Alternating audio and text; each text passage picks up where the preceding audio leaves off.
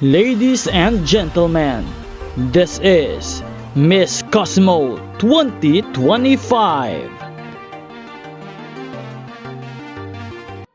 Magandang araw Pilipinas and good day pageant lovers. Congratulations to our very own Miss Philippines Chelsea Fernandez for being called as part of the top 10 semi-finalists and the Miss People's Choice Award in Miss Cosmo 2025 competition.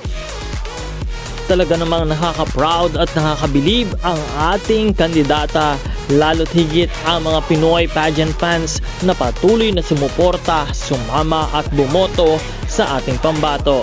Once again, congratulations to our very own Chelsea Fernandez dahil pasok ka na sa top 10 semi-finalists ng Miss Cosmo 2025.